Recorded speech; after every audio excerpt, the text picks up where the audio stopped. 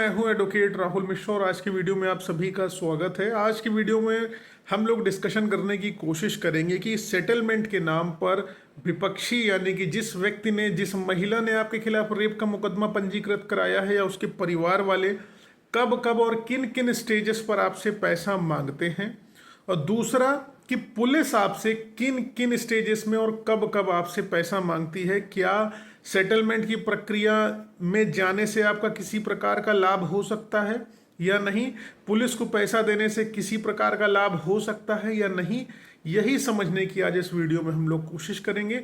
लेकिन उससे पहले हर बार की तरह मेरी आपसे रिक्वेस्ट है कि अगर आप लोग इस चैनल पर नए हैं या पहली बार आ रहे हैं या अभी तक आप लोगों ने इसे सब्सक्राइब नहीं किया तो प्लीज़ सब्सक्राइब करिएगा। साथ ही साथ एक हम्बल रिक्वेस्ट और है, फेसबुक इंस्टाग्राम ट्विटर पर फॉलो नहीं किया तो वहाँ फॉलो करिएगा। लिंक मेरी पर्सनल डिटेल्स का आपको डिस्क्रिप्शन में मिल जाएगा। चलिए हम लोग अपना वीडियो स्टार्ट करते हैं। देखिए 376 बेहद हीनियस नेचर का क्राइम है, बेहद गंभीर विषय है, गंभीर मसला है। यहाँ पर तुरंत जो अगर कोई आरोपी हो स्पीडी ट्रायल चला के उसके खिलाफ सख्त से सख्त कार्रवाई करनी चाहिए। ये मेरा भी मत है, मैं भी महिलाओं की अस्मिता का सम्मान करता हूँ। लेकिन कंडीशन यहाँ पर यह है कि 376, 498 एक ही तरह ही सबसे ज़्यादा मिसयूज किया जाने वाला कानून आज की डेट में हमारे देश में बन चुका है। जैसे पहले 498 के मैटर में महिलाएं करती थी कि पूरे घर को फंसा देती थी, पूरा घर बिना किसी इन्वेस्टिगेशन के जेल चला जाता था। उसी तरीके से अब हो रखा हुआ है कि 376 जैसे आरोप, सेक्शन 69 बीएनएस के आरोप, सेक्शन 64 बीएनएस के आरोप महिलाएं लगा देंगी आपके विरुद्ध और आपके खिलाफ तुरंत प्रोसीडिंग को पुलिस स्टार्ट कर देगी। कोई इन्वेस्टिगेशन नहीं होगी, कुछ नहीं होगा। पहले आप गिरफ्तार करके जेल भेजे जाएंगे, बाकी चीज़ें बाद में होगी। यहाँ बहुत बड़बोले लोग रहेंगे जो भी वीडियो देखेंगे, कमेंट करेंगे कि पुलिस कुछ नहीं कर सकती, हमारे पास हजारों एविडेंस हैं और हम एविडेंस पहले देखेगी हमारी कि हमें सीधे गिरफ्तार कर लेगी। तो बेटा पुलिस कोई एविडेंस नहीं देखेगी, सीधे पहले आपको गिरफ्तार करेगी, जेल भेजेगी, बाद में होगा। और पुलिस 1000% आपके सारे एविडेंसेस होने के बावजूद भी आपके विरुद्ध चार्जशीट लगाएगी। आप चार्जशीटेड हो जाएंगे और आपकी गिरफ्तारी होएगी, जेल जाएंगे, कैरियर चौपट होगा। इसलिए आपको अलर्ट रहना है 376 के मैटर में। अब हम बात करते हैं कि 376 के मैटर में लड़की आपसे कब कब पैसा मांगेगी।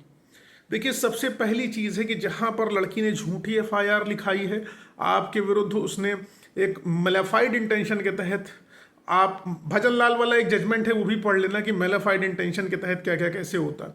अब आपके अगेंस्ट उसने मैलिफाइड इंटेंशन के तहत एफआईआर रजिस्टर कराई है, तो ऐसी कंडीशन में वो महिला हमेशा यही चाहेगी कि आपसे वो वसूली कर सके। गलत नियत के तहत अगर एफआईआर दर्ज कराई है तो मेनली रीज़न इसमें पैसे का ये होता है कि आपने उसको पैसे दिए हैं या वो आपसे पैसे मांग रही है। आप अच्छे रसूखदार हो, अच्छा पैसा है आपके पास, तो प्रतिष्ठा बचाने के चक्कर में आप जो है उसको पैसा दे दोगे। तो पहली स्टेज जो होती है कंप्लेंट जो महिला देती है, कंप्लेंट देने से पहले आपको धमकाएगी कि मैं तुम्हारे खिलाफ 376 जैसे संगीन मामलों में एफआईआर रजिस्टर करा दूंगी, ये कंप्लेंट मैंने लिख के रखी, मैं पुलिस स्टेशन जाऊंगी, दे दूंगी। तो उस कंडीशन में आप भयभीत हो जाते हो, उसको पैसा, उसकी अनर्गल डिमांड पूरी करते हो, उसको पैसा देते हो। अब लड़की को एक बार पैसा मिल गया तो उसके मुंह में लग गया खून, उसने आपसे चाहिए बार बार अब पैसा। अब कंप्लेंट के स्टेज पर उसने पैसा मांग लिया आपसे। अब कंप्लेंट को मान लो उसने एफआईआर में कन्वर्ट करा दिया, तो एफआईआर में कंप्लेंट को कन्वर्ट करा दिया तो 164 ना देने के नाम पे आपसे पैसा मांगा जाएगा कि 164 का स्टेटमेंट हम तुम्हारे पक्ष में दे देंगे, तुम्हारी एफआईआर खत्म हो जाएगी, केस क्लोज हो जाएगा, एफआईआर लग जाएगी। अब 164 के नाम पर लड़की आपसे पैसा मांगेगी। अब 164 भी उसने मान लो दे दिया, क्रोध में आके, आवेश में आके, किसी रीजन की वजह से पुलिस के बहकावे में आके 164 का स्टेटमेंट भी आपके खिलाफ दे दिया जाके। उसके बाद लड़की कहेगी कि अब आप जेल चले गए, मान लीजिए गिरफ्तारी हो गई आपकी, आप जेल चले गए, तो लड़की इसके बाद कहेगी कि आपके परिवार वालों से या जो भी आपके रिप्रेजेंटेटिव होंगे वहां पर, उनसे कहेगी कि ऐसा है भैया, अब हम तुम्हारा बेल में अपोज नहीं करेंगे, जेल भी मिलने जा सकती है और वहां पर कह सकती है कि पैसा दे दो, नहीं यहीं सड़ा डालेंगे, पैसा दोगे तो बेल में अपोज नहीं करेंगे। तो आप डर के मारे हो सकता है भयभीत होकर आप उसको बेल की स्टेज पर भी पैसा दे दो। ठीक है, तो बेल में अपोज ना करने के नाम पर, 164 आपके पक्ष में देने के नाम पर, एफआईआर से पहले कंप्लेंट को एफआईआर में कन्वर्ट करने के नाम पर, और यहां तक अगर इसका कोई काम नहीं बना, आपने पैसा नहीं दिया, तो लड़की कहेगी ऐसा है जब गवाही आएगी तो हम अपना बयान बदल दे देंगे, इतना पैसा दे दो। तो इन स्टेजेस में महिला आपसे पैसा मांगेगी, और आपके पास कैपेसिटी होगी तो आप दोगे, नहीं कैपेसिटी होगी तो बैठ के रोओगे। ठीक है, इन स्टेजेस में आपसे पैसा मांगा जाएगा और सारी चीजें आपके खिलाफ ही जाएगी। अगर आप पैसे का लेन देन करते हैं तो पैसा भी डूबेगा, और इसकी कोई गारंटी नहीं है कि वो महिला आपके पक्ष में बयान दे दे या केस क्लोज करा दे। ऐसा कुछ नहीं होगा, क्योंकि 376 नॉन कंपाउंडेबल ऑफेंस है। समझौता डायरेक्ट नहीं हो सकता, तिकड़म लगा के इसमें समझौता किया जाता है, लेकिन इसकी कोई गारंटी नहीं कि पैसा पाने के बाद वो महिला बयान आपके पक्ष में देगी, सारी चीजें आपके फेवर में जाएंगी। ऐसा कुछ नहीं हो सकता, इसकी कोई प्रोबेबिलिटी नहीं। क्या पता पैसा लेके वो कहते ऐसी तैसी में जाओ तुम, और पैसा कोई भी खाते में नहीं लेगा। और पैसा अगर मान लो एक बार को उसने खाते में ले भी लिया, वो कह देगी कि इन्होंने हमारे खाते में पैसा जबरदस्ती डाल दिया। जब आप उसके खिलाफ कुछ प्रोसीडिंग करना चाहोगे, कहेगी कि हमको ये दबाव डालने के लिए उन्होंने हमारे खाते में पैसा डाल दिया, और आपकी मजबूरी बैठेगी कि आप उसको कैश ही दोगे। समझ रहे हो ना?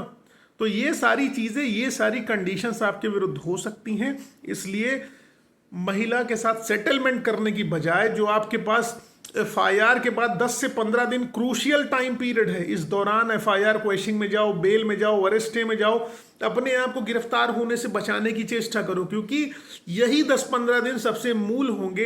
अगर इसमें आप सेटलमेंट की प्रक्रिया में आ जाएंगे, तब तक तो पुलिस प्रोएक्टिव मोड में आ जाएगी, आपको गिरफ्तार कर लेगी, जेल भेज देगी। पता चला सेटलमेंट फेल हो गया, आप जेल चले गए, तो क्या बचा आपके पास?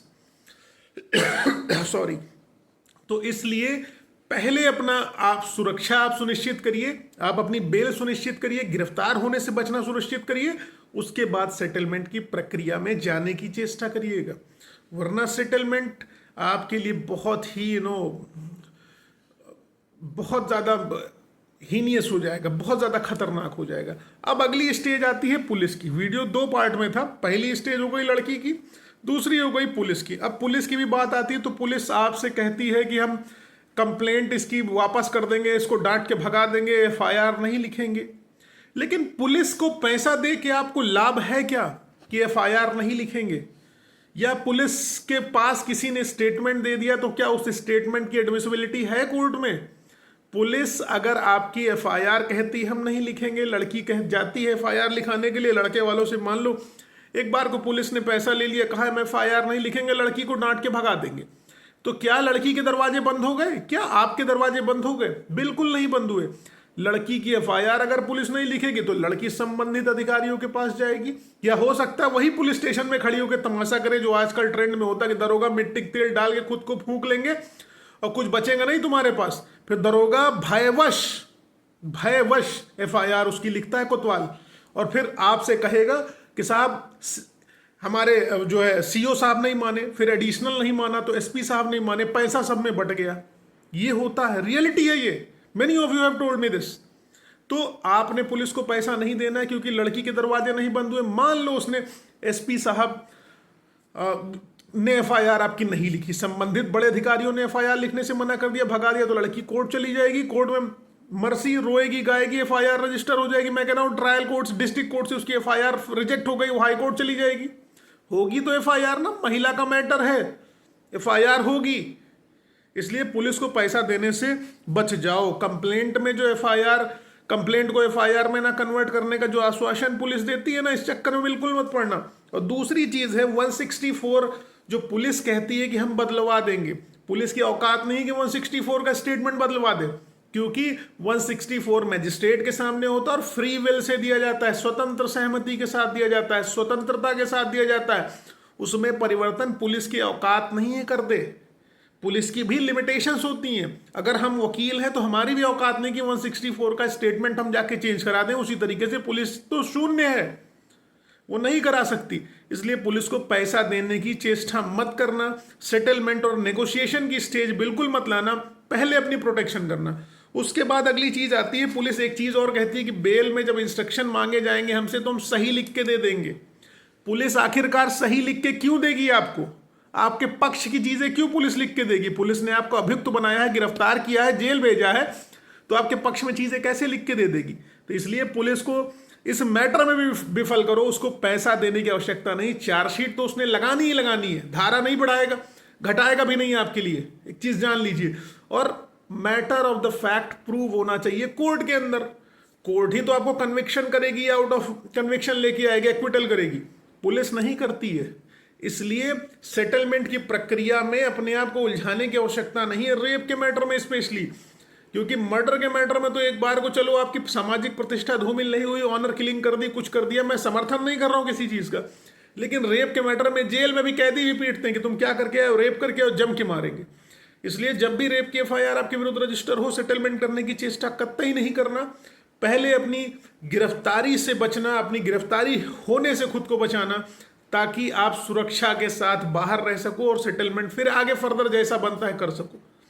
इसलिए कोई भी गलत कृत्य इस तरीके का अगर आपके विरुद्ध हो रहा है, जब भी झूठी एफआईआर रजिस्टर हो रही है, तो आप हमेशा सबसे पहली प्राथमिकता आपकी एफआईआर क्वैशिंग होनी चाहिए, ताकि आपको अरेस्ट मिल सके। अगर एंटीसिपेटरी बेल में गए तो एंटीसिपेटरी बेल की प्रोबेबिलिटी बहुत लेस होती है, और एंटीसिपेटरी में जाने का मतलब है कि आपको प्रोटेक्शन नहीं मिली है।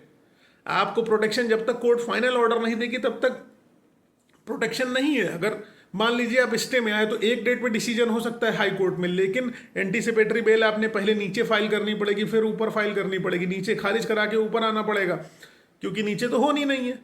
इसलिए पहले अरेस्टे की कोशिश करो। हाँ, जब भी कोई महिला आपको झूठी एफआईआर लिखाने की धमकी दे, फॉल्स केस करने की धमकी दे, तो आप एक चीज हमेशा ध्यान रखिएगा, आप उसके ऊपर कंप्लेंट केस पहले कर दीजिए, एफआईआर पहले करा दीजिए। ये शाश्वत है कि अगर उसने धमकी दी है तो आपके विरुद्ध रेप का मुकदमा आएगा, सत्य है ये। लेकिन अगर आपकी कंप्लेंट उसके खिलाफ पहले रहेगी, आपकी शिकायत उसके खिलाफ पहले रहेगी, तो प्रोटेक्शन आपकी यकीन मानिए हो जाएगी। कोर्ट कहीं ना कहीं इस चीज को कंसिडर करेगी कि इस लड़के ने पहले कंप्लेंट दी है, एफआईआर पहले लिखाई है। जब भी आप क्वेश्चन में जाते हो तो 2 ही 3 मूलभूत प्रश्न आपसे पूछे जाते हैं कि आखिरकार आप ही क्यों, आपके खिलाफ ही क्यों कोई शिकायत करेगा, या दूसरी चीज ये पूछी जाती है कि आपने क्या कोई कंप्लेंट पहले की थी। तो जवाब अगर नहीं होगा इसका हाँ में, तो आप खुद भुगतोगे, होगा तो बच जाओगे। उम्मीद है जानकारी आपको पसंद आई है, समझ में आई है।